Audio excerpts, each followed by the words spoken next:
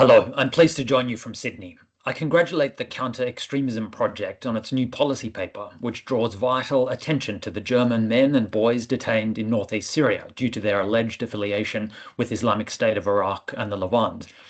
The international community has focused heavily on the plight of the many women and children arbitrarily detained in camps in northeast Syria, who are held in cruel, inhuman and degrading conditions and subjected to daily risks of violence.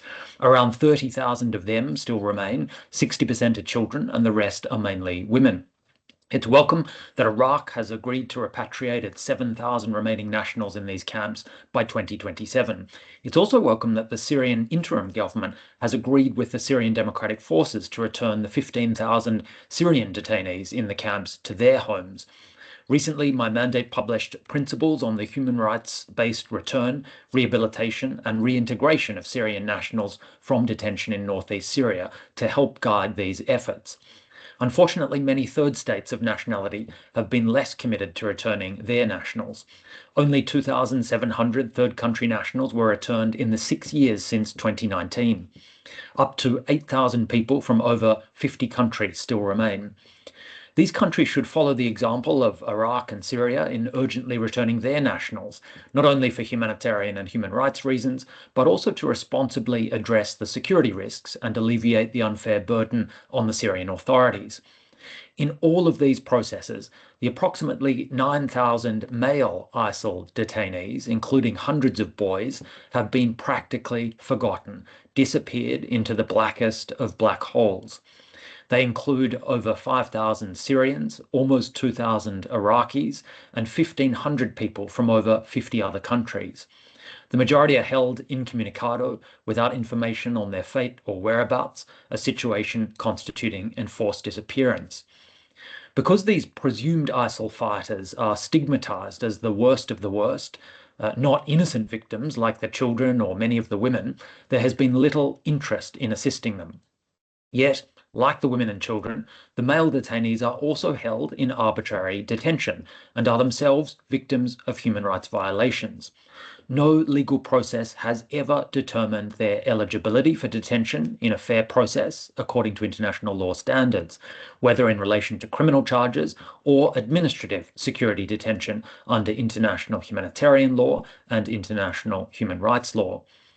In the chaotic aftermath of the fall of the territorial caliphate in 2019, these men were swept up in mass security operations without any individual status assessment.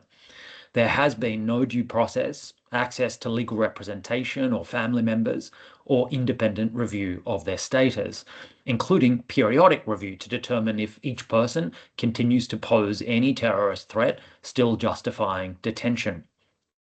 These men have now been held for 6 years and risk being indefinitely detained. Serious concerns have also arisen about violence in detention and poor conditions of detention, including inadequate food, water, sanitation, and healthcare.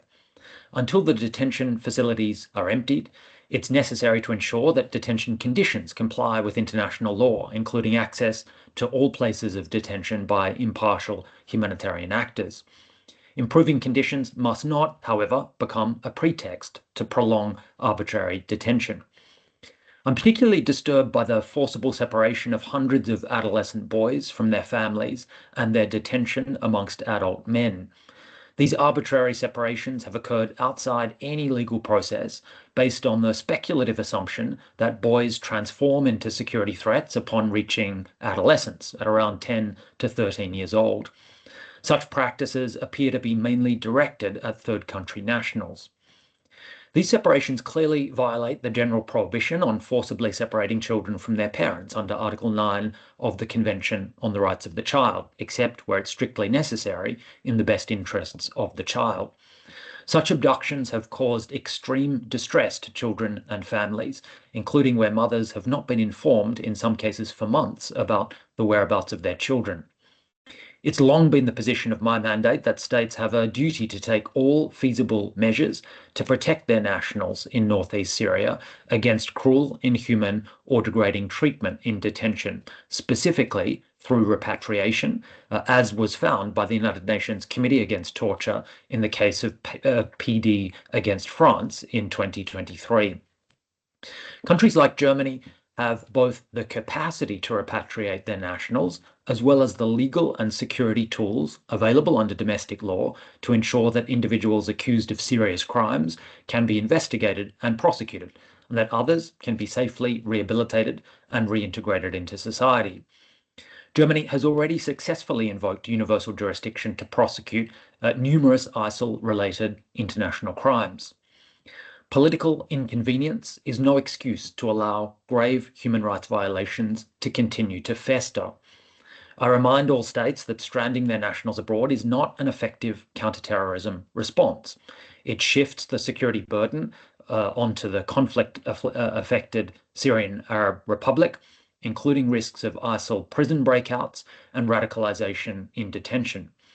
It exposes vulnerable detainees, including children, to serious risks of violence, abuse, and terrorist recruitment. All states should responsibly address these conditions conducive to more terrorist violence by immediately repatriating their nationals, prosecuting as appropriate, and reintegrating and rehabilitating people. The time to act is now. Thank you.